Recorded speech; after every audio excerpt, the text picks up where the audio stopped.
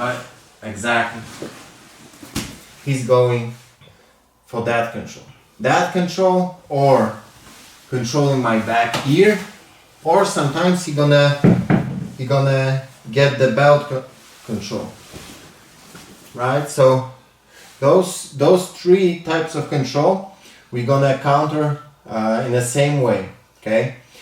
Important thing here, we can't move any more forward, okay? Because as soon as I move forward, I'm gonna expose my back for him, and he'll get to my back, or at least get the sweep. Okay? So as soon as he puts the control here, I'm gonna stop. I'm gonna put my weight back. Okay? So all my weight goes back now. Now I'm gonna get the grip on his sleeve and his collar, and I'm gonna make a step to put a really good pressure with my knee on his chest here. Okay? So now it's gonna be really hard for him to use this type of control to get to any better position, to get to the sweep or get to my back. Okay, so I'm just gonna use this one to pull him up really hard. And look, my hips are still mobile. Okay, so when I feel there is a good time when his grips are getting a little bit more weak, I'm gonna change the direction of my hips. I'm gonna put my knee on the mat. I'm gonna slide down towards the north-south position. Okay, north-south is the safer position here, because sometimes even if you're gonna keep the grip here on the lapel, here is no use for him.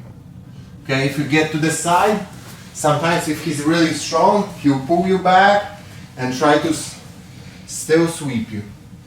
Okay, so we're here, he gets out his control.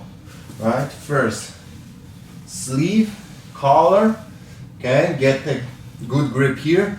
Now make a step so we can put him flat on the mat. Okay, so I put a good pressure here with the knee, and second thing, I'm gonna pull him up to make more pressure. Okay, and now we're gonna change the angle and walk towards the north-south position.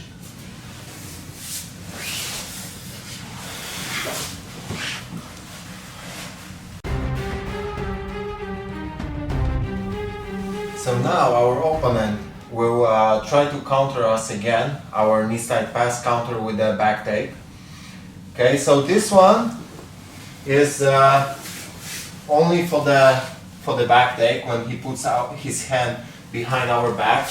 Okay, so I pass with the knee slide, and he gets with his arm on my back like this. So again, can't go any further, because as soon as I move, he will get to my back, or at least sweep.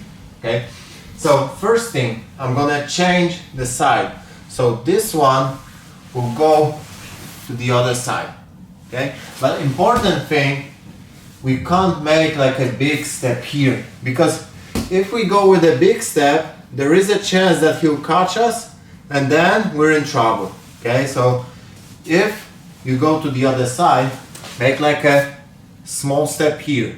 Okay, you can even go in 2 steps. So first, go behind his hip here, and second one, go on the mat.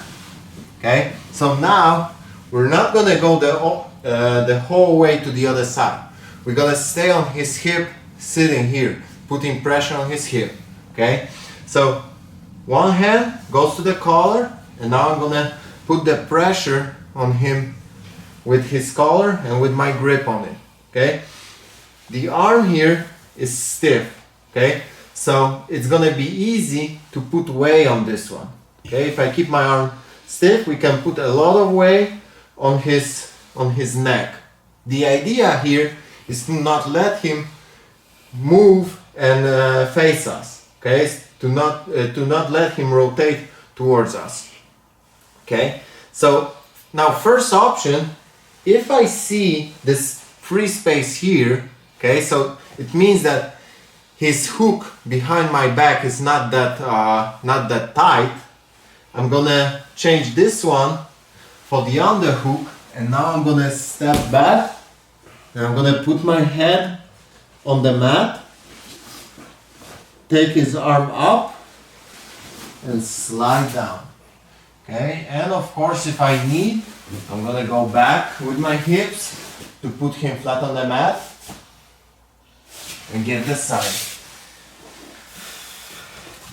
Okay, so we're going here, he's going to our back, I'm making a step, and I'm gonna get the collar, stiff arm, pressure on his neck.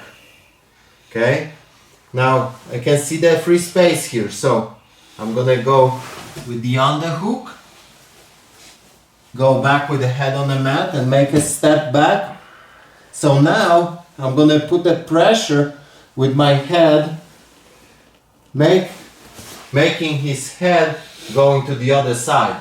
So it's gonna be really hard for him to stick to my body and to keep it tight and to stop me from passing.